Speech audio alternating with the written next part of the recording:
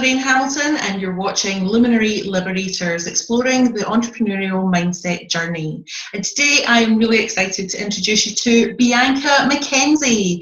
Bianca demystifies marketing technology for female entrepreneurs, big dreamers, movers and shakers, so they have more time to do what they love and be the change makers that they dream to be. She's an intuitive marketer, a natural connector, and a qualified teacher. So Bianca brings marketing strategy and technology together with ease, and who doesn't need that? She's a regular guest blogger on Roar. She's a Beautiful You Coaching Academy guest speaker and e-launch course formula expert contributor. And she still manages to have some free time. She spends that cuddling her two pups, zooming down the ski slopes, and she's also an avid hiker and has the Inca Trail in her back pocket already. So welcome, Bianca. Thank you so much for having me. It's a pleasure. It's an absolute pleasure. I'm really excited to have you here because I know that a lot of people are really excited about the prospect of using technology and marketing strategy, but maybe trip up on the how to do it.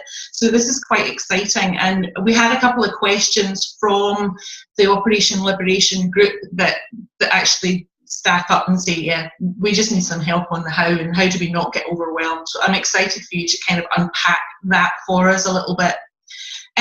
Before we get into your story though, I'd love for you to explain to me and our viewers a little bit more about authentic, soulful marketing, because I know that that is your passion.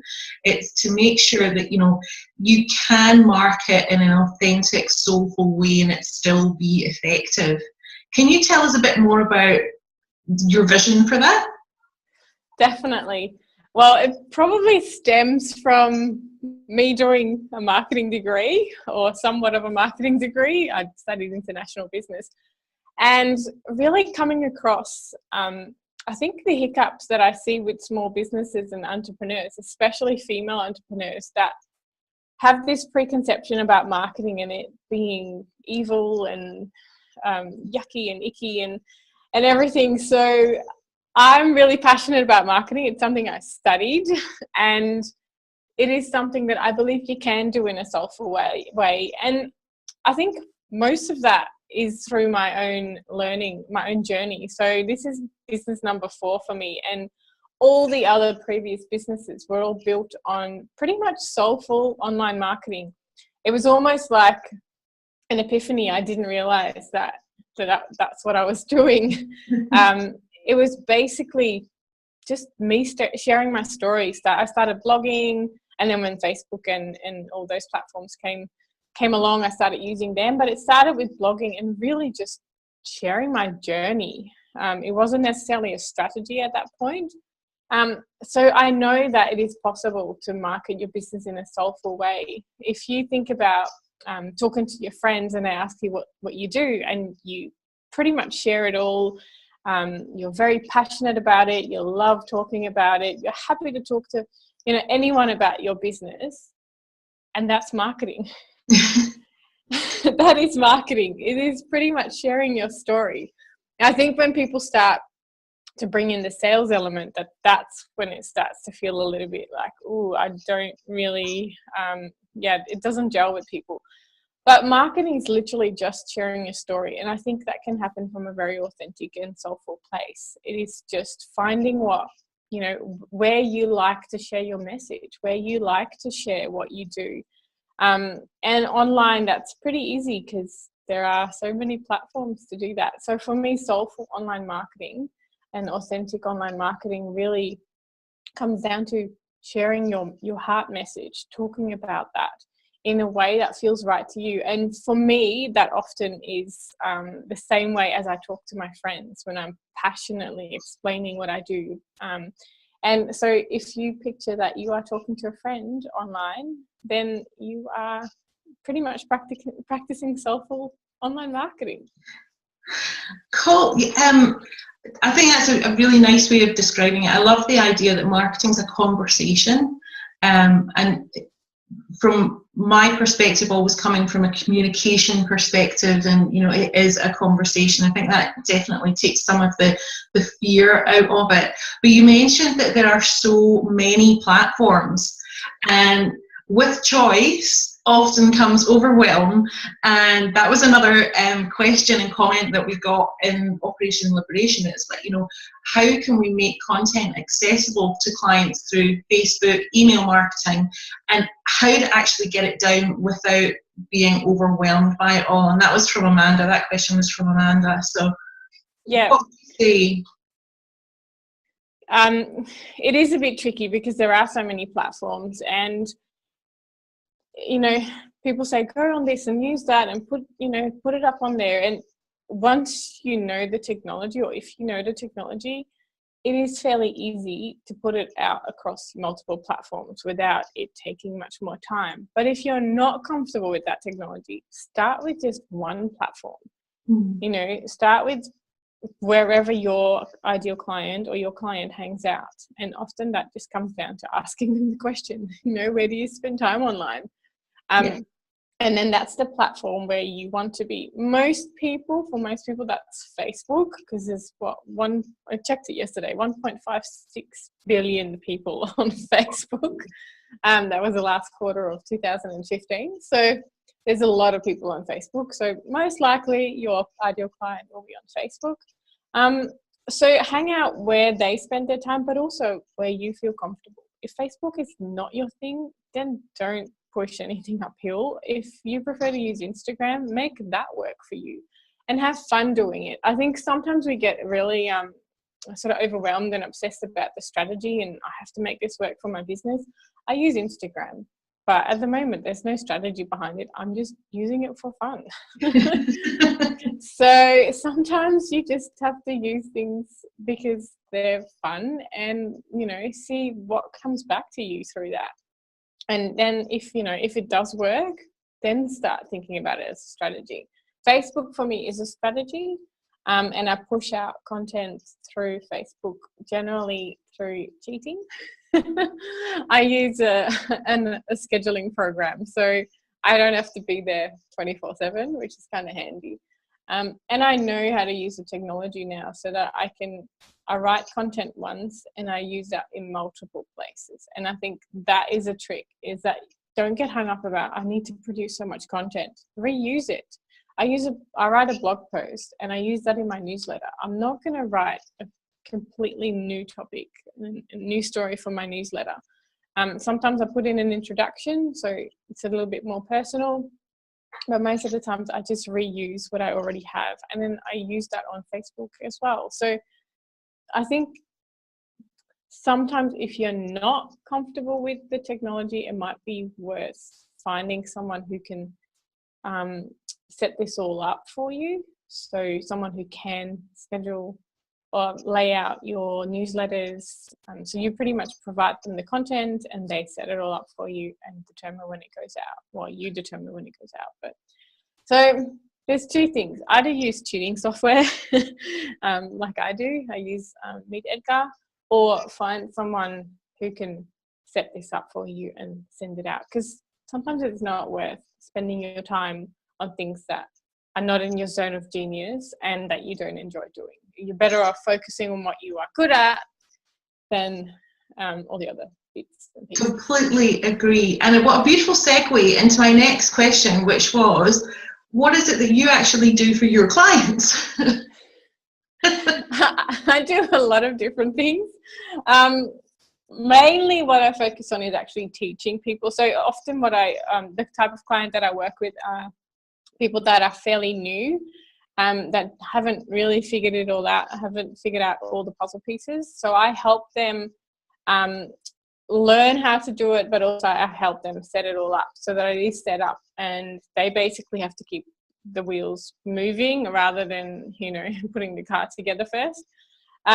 So that's one thing that I do, and I'm also adding to my packages that I do it for clients. So at the moment, I'm getting a lot of requests of people that want me to do social media management, setting up, for example, opt-in pages and email sequences, Facebook advertising. So we do all of that as well. And another component is that I teach through online courses. So there's coaching, there's online courses where I teach people how to do it, and then there's the services component where we do it for people. That's awesome. So it doesn't matter where you are, there's something that you can help people with in that arena, whether they want to learn it for themselves, which I do, I really encourage people to know enough so that when they go and purchase those services, they know what's involved, so they know the value of what they are getting, what they're buying. So, it might be learning how to do it to begin with, and then realizing, do you know what, I actually want to spend all my time in my zone of genius working with clients, doing what I do best, but I understand what goes into the setup of all of this technology and the maintenance of keeping content pushed out. Therefore, I understand what I'm paying for. So, but yeah, you seem to be a one-stop shop for no matter where you are in that journey. Pretty much, yeah.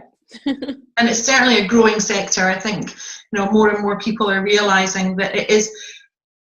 There's to do it right. There's quite a lot that goes into it, and maybe that is something that's worth investing in. Yeah, there's a lot of pieces to the puzzle, definitely. Cool. Thank you for that.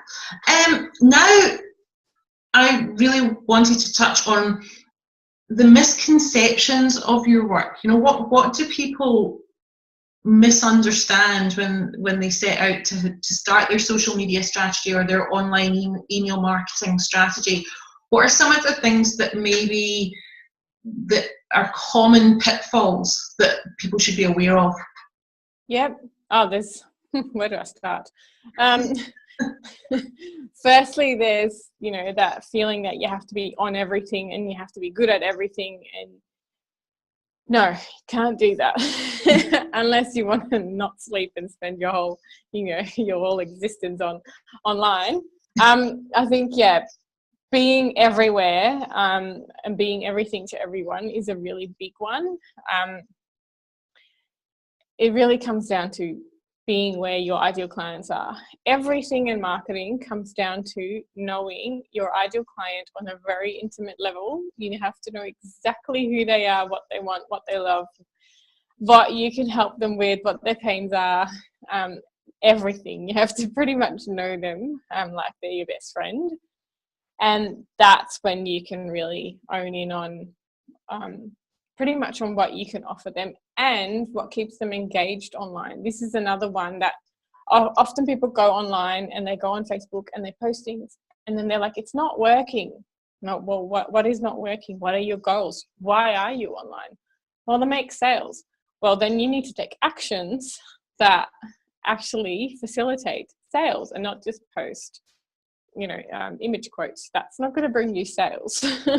So I think often people, you do need to put the image quotes and fun things in there, but often people I think have the wrong understanding of what they want to achieve. They just start putting all this stuff on Facebook and then go, it's not working. Well, what are you actually trying to do? What is your goal? And once you know what your goal is, you can take steps towards that goal, and then you can measure that goal rather than just flinging mud at a wall and see what sticks, pretty much. Yeah. So I think that's another big one. And then, the technology, the what you were touching on earlier on, the misunderstanding or not fully understanding what goes into certain things. They kind of just, I know how to set up certain things. And often when I work with clients, it's kind of like, well, can you just put that up and just do that? And it takes me a few hours to do these things. So I guess, I often see people go, oh, that's really expensive. Well, no, it really depends on how much goes into it. And I can make it really easy to just, put up a web page or put up an opt-in page. But there's bits and pieces that go on behind the scenes. There's design pieces, there's linking it to certain software, and some of them are easier than others. Then there's, setting up, for example, email sequences. That is not just one click of a button. That is actually taking some work and things like that. So I guess like you said earlier, understanding the value and knowing what goes into it is quite important. The same with social media. It takes a long time to put a social media calendar together, and then measure the results, go back in and see what's working, what's not working, and then create a new social media calendar for the next month based on your previous results, so you can do more of what works. And so there's quite a few misconceptions. I could probably go on, but I think those ones, we'll stick with those for now. Okay, so if I was following you correctly, first of all, if we were to turn them over into maybe tips that what you should do instead of those misconceptions is understand your ideal client. Really get to know your ideal client first. And if you need help with that, then seek out help with that, because it is the foundation of everything before you start any kind of marketing strategy. Then understand what really goes into keeping those clients or that market engaged, your audience engaged. What do they really want to see, and what are they going to respond to?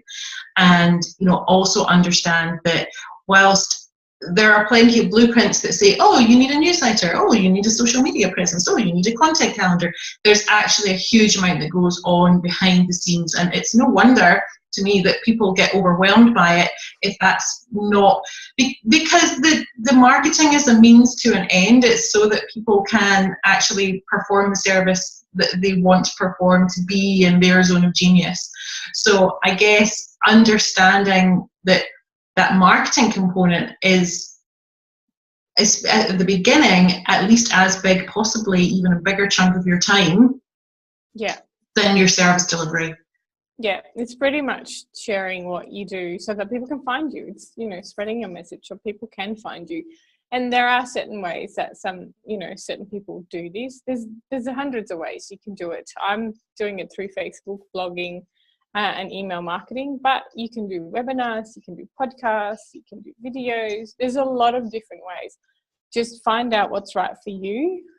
So I haven't done any webinars of my own because there's something about it that I'm not, completely comfortable about. I have one scheduled later in the year, but it has to feel right for you. And up until now, webinars hasn't felt right for me, so I haven't done any. And it has to feel right for you. So start what feels right for you.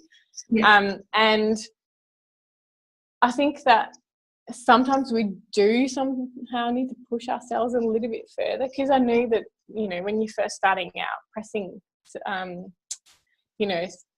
live on a blog post is really scary. And your first blog post, maybe 3 people might read it. Like I know it was just my family reading mine when I first started, but everyone has to start somewhere. Yeah. And we do need to sometimes just go, all right, just do it. Otherwise, nothing's going to happen. And once you've done it once, it gets easier every single time you do it. Just find out what works for you, and know your ideal client so that you can actually service them in the right way. And it takes time. It's, I've been doing this for, I think, about 2 years now. And yes, I'm starting to definitely get a lot more traction now, and I'm making a name for myself. But it's taking me this long to do that. Business is not going to happen within the first 2 weeks. It takes time. Yeah, absolutely. So, you've got to show up consistently. And one of the things that I'm really enjoying about this series is that it is just highlighting to me this paradox that we have between being an entrepreneur, which constantly challenges you to come out of your comfort zone. You're constantly being challenged to grow, and our innate primal sense of, no, stay in your comfort zone, that's safe, that's where you survive. You don't want to be going out there. So we're constantly in this sort of push-pull relationship with ourselves, and that's what fascinates me. But you did say that, things are working for you. You have seen some massive growth in your business. Opportunities are now coming to you. You're not chasing them down, which is fantastic and really exciting. So tell me a little bit about your journey from a mindset perspective of, some of the challenges that you've experienced from the past 2 years, and maybe some of the things that were unexpected. What was surprising? Wow. It's always hard to go back. Like, it's kind of good to know where I am now, but then looking back, it's always a bit tricky because I know I've come such a long way, and it's a roller coaster. It's an absolute roller coaster. When I first started, I think I kind of rolled into it. So I had people asking me, "Oh, can you help me with this? And can you help me with that?" Before I actually decided that this is what I was going to do as business, and try to make a living off. And I guess when there's not that pressure, it's a little bit easier. So I learned quite a bit from that process, that people wanted what I wanted the skills that I have, they wanted the knowledge that I have, and then learning about how can I make that a business model, and that has taken various iterations. I'm probably not at the final point. It's probably going to change again at some point, because it keeps changing, it keeps moving. At the start, I think I had a bit of a plan. I knew sort of which direction I was going in, and then not long after that, it was kind of like changing again, and that's when doubts start to kick in. It's kind of like, am I on the right track? What do people want? What do I need to do? So that's when I really sort of started the mindset journey. It was more of okay, I need to grow within myself before I can move forward. And a lot of it had to do with confidence, and I think that I'm not the only one in that area. It's all about confidence, feeling good enough, moving past certain beliefs and obstacles. And yeah, it's been a massive roller coaster. I still have ups and downs. I have days where I'm like, oh my God, this is awesome, I can do this, I'm going to do this, and I'm totally the right person for this. And then the next day I'm like, am I really? Can I do this? I don't know if I can do this. Maybe I shouldn't do it. Maybe I should just stick to what I'm doing. It literally is like it could happen in one day. It could happen from one day to the next. And I think most people have these thoughts. And so when I'm on a high, I'm like, okay, get this done, lock it in before, everything turns around again. A lot of the things that I've had to work on, it was pretty much going back and look at where these stories that I've told myself come from, where these mindset challenges come from, because it comes from telling ourselves stories from the past. So yeah, and working with you as well, Lorraine, going back into all right, when did I tell myself this story, and then travel back to that, and then you help me with ways to overcome those blocks and move past them. I can definitely say that I haven't had them come up again, so which is really good. Phew. Yes. Yeah, so I think I still find it really scary when something comes up and it's like, okay, I have to dig deeper inside myself. I have to go deeper. I have to look, because I'm not one of those people that goes, blinkers on. If I ignore it, I'll be fine. But that doesn't work. And I've now learned that doesn't work. I have to tackle it. I have to deal with it. I have to make sure that, I overcome these obstacles so that they don't keep moving with me and form obstacles. And there's still much more mindset work to be done for me. I still have lots of days where I'm like, I don't know what I'm doing. I can't do this. I'm not good enough for this, and get stuck on things. But you have awareness now of, recognizing that you can't put them in a box anymore because you carry them with you. So I think that's a huge realization, and just acknowledging them can quieten them down a bit. I think if we try and ignore them, they end up having that toddler tantrum and they start screaming and pretty much. Yeah. So just acknowledging them and recognizing them earlier and earlier is a real sign of growth and development. Definitely. I think now that I have that awareness through doing lots of mindset work, having that awareness, it allows me to kind of go, oh, something's going on, something's up. What is it? And now I try to listen to it and see what, what is going on, and then how can I move past it? How can I work on this? And sometimes I can do that with certain tools that I have, but sometimes I need help with that, and then I reach out. So I think that recognizing it and acknowledging it is really, really helpful, and then determining how you can work on that mindset block. And sometimes you can do it yourself with certain tools, and sometimes you need some help with that. Yeah. And what's the you mentioned that the mindset is a huge part of your journey. What is the impact then of dealing with things differently, dealing with things quicker? Can you see a direct correlation between your progress and your mindset, or are the two not linked? Oh, they're so linked. They are most definitely linked. Now that I read, lots of people that have gone before me, kind of thing, people that I sort of look up to and aspire to, they write it's all about the mindset, and it's so all about the mindset. Everything is about mindset. Obviously, there's more. You still have to do the work and stuff as well, but it is all about mindset. And I think also about surrounding yourself with the right people. And I think if you surround yourself with the right people and you work on your mindset, you can go a long, long way in business. And so I think for me, how it works together is that when I make progress with my mindset, I make progress in my business. If I was still in the same mindset that I was in when I first started my business, I wouldn't have moved much further, to be honest. I wouldn't be doing these kind of things. I wouldn't be on podcasts. I wouldn't be putting myself out there as much. I wouldn't have made so many connections. And that comes down to mindset. That comes down to working on believing in myself. That's a big one for me with mindset, that self-belief. And then that self-belief translates into me being able to make connections, me being able to reach out to clients and to other bloggers and to podcasters. So there's definitely a big correlation.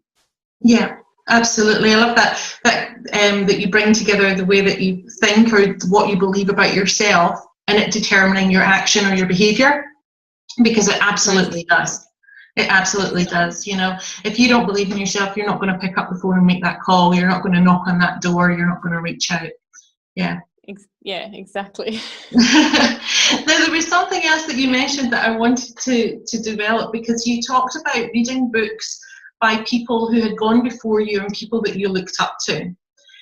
You're now in a place where people look up to you. You are. Okay. So what advice would you give to someone who's looking at you, looking at Bianca McKenzie, going, oh, God, I really wish that I was where Bianca was? What advice would you give them? This is what I would tell myself looking back. I would pretty much say that the journey is important. Your journey is important. You can't start where someone is now. So you can't start where I am now because you don't have the lessons and you haven't learned what I've learned. And I also now, through mindset work and, being in this environment for a long time, have learned that the people that I aspire to and admire are just people, just like me. And they had to start from zero, and they had to live, they had to be on their journey, and they had to learn what they had to learn to get where they are. What really inspires me is that I can tap into those lessons. So even though you need to be on your own journey, you can tap into the lessons that other people that you look up to have learned, but you still need to be on your journey.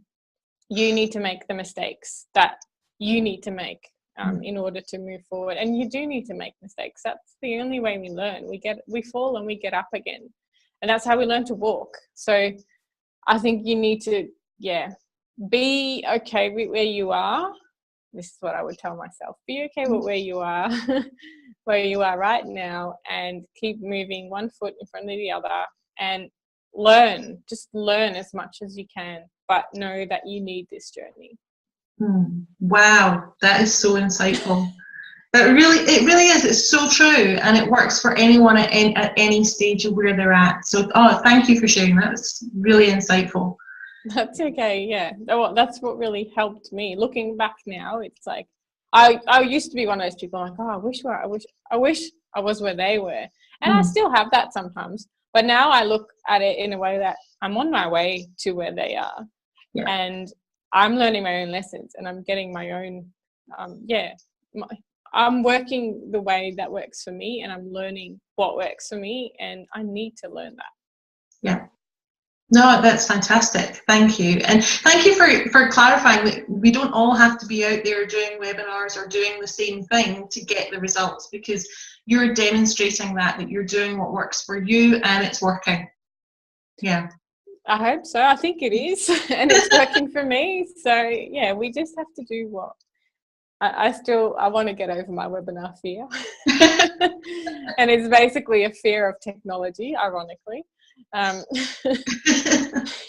It's just because I've heard too many horror stories, but I am going to do a webinar later this year, because I don't actually I don't have a problem with visibility. I don't mind being out there talking. I don't mind that. I think I'm just scared that it's just like the technology is going to fail, and then what am I going to do? And then I think about it a lot more, and this is, me being aware of my mindset, and I go, well, if that happens, then what? It's not the end of the world kind of thing. And so, but there's certain things that work for certain people. Like I really do like Periscope. At the moment, it's not working for me, because I am still working in a day job, and I can't just step out every minute of the day to do that kind of thing. So I write, because writing is something I can do, in my lunch break on my iPad and things like that. So do what works for you, really. Yeah. Thank you so much for joining us on Luminary Liberators. It's been lots of fun, and you've given us so many insights and practical tips, and just taking away that overwhelm of, you don't need to be everywhere, I think is going to be refreshing for a lot of people. And of course, if you are struggling with the overwhelm of social media, then Bianca and her team can help you with that. So reach out. And on that note, we need to know how to reach you. So where are the best places? I imagine that you're in lots of places, but where are the best places to find you? Probably the best place to go is my website, which is biancamckenzie.com, and that's McKenzie. I have to still get used to it because I've recently changed the name, and it will be redirected to biancavonmeeuwen.com.au because that's my maiden name. That's how I started, but biancamckenzie.com is easier, so we'll stick with that one. Fantastic, and congratulations on your recent nuptials. Thank you. So thank you so much for joining us. Any final thoughts that you'd like to share with our viewers? Well, I guess just what we've already talked about, that, you are where you need to be, and stick with what you're doing, stick with what works for you, and try to not get too overwhelmed, just one step at a time. Yeah, good advice. Thank you so much. So thank you for joining us on this episode of Luminary Liberators, and we'll be back with some more insights from some more thought leaders very, very soon.